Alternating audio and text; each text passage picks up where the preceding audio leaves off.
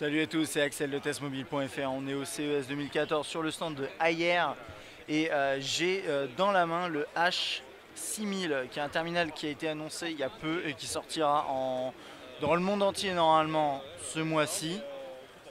Normalement en Europe d'après ce qu'on nous a dit, mais bon, je sais pas exactement. Faudra regarder dans quelques mois s'il est effectivement disponible. Alors côté spec, on a un écran 5.98 pouces, donc c'est quasiment ce qu'on qualifie, enfin c'est ce qu'on qualifie de phablette. 1920 par 1080, c'est du IPS. On a 2 Go de RAM, 8 Go de mémoire interne avec possibilité d'être en 16 ou en 32 aussi. Il n'y a pas l'air d'avoir d'extension micro SD. On a un CPU MediaTek 6589T quad-core à 1,5 GHz.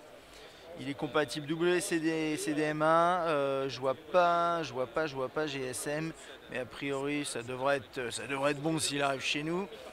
Il me semble pas être 4G parce que j'ai pas l'info sous les yeux, mais bon, c'est pas impossible. Et on a un appareil photo 13 mégapixels à l'arrière, 5 mégapixels à l'avant, ce qui semble être un petit peu la tendance sur ce type de terminaux. Et puis une batterie de 3200 mAh, il tourne sur Android 4.2. Alors ça va aller assez rapidement pour ce terminal parce que en fait il affiche pas de surcouche du tout.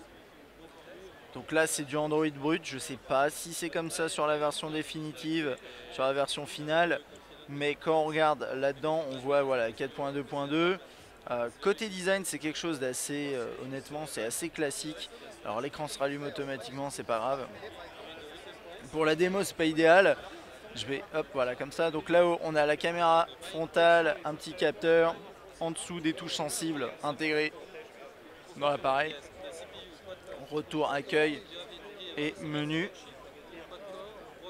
Sur la droite, c'est peut-être un peu dur de le voir là comme ça, désolé. Mais croyez-moi sur parole, on a un bouton on-off verrouillé, déverrouillé juste ici.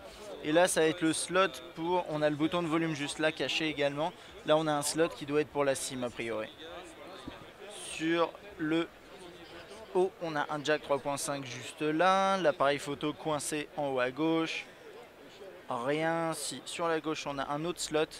Donc a priori ça doit être, il doit y avoir, il a pas l'air d'être dual SIM, je revérifie juste. Non, je crois pas qu'il soit dual SIM, donc a priori c'est pour une, il doit y avoir pour la SIM et pour une micro SD a priori, voilà. En dessous, micro USB. Et c'est à peu près tout dans l'interface, bah, comme je vous disais, hein, pas grand chose à raconter là. Hein. C'est un terminal qui tourne sous Android brut. Donc là on rentre dans le menu, hop, voilà. Ça a l'air assez fluide dans cette édition là. Toc, on peut accéder aux widgets ici. Les applications bien entendu juste là. L'application caméra qui est peut-être un petit peu différente, non même pas. Non, ça c'est du brut de brut. Non mais c'est même pas forcément un problème d'ailleurs, c'est plutôt bien. C'est à peu près tout, hein. Au final, vous connaissez, hein, je pense Android brut dans cette version-là. Je regardais juste s'il y a un clavier peut-être spécifique, c'est des choses qui arrivent. Non, même pas. Ok, non, mais c'est à peu près tout. Ah, ok, c'est un dual SIM. Je viens juste de le réaliser. Je pense que vous l'aviez vu avant moi-même. Regardez en haut, voilà, ça signifie que c'est dual SIM. Donc en gros, vous n'avez pas de micro SD, vous avez juste deux slots pour la SIM. Voilà, c'est à peu près tout. Si vous avez des questions sur ce petit Ayer 6000, H6000, je ne sais pas d'ailleurs s'il arrivera en France, c'est peut-être plus la grosse question qu'on peut se poser aujourd'hui sur ce terminal. Je ne connais pas non plus son prix, mais bon, n'hésitez quand même pas à laisser un commentaire. A bientôt.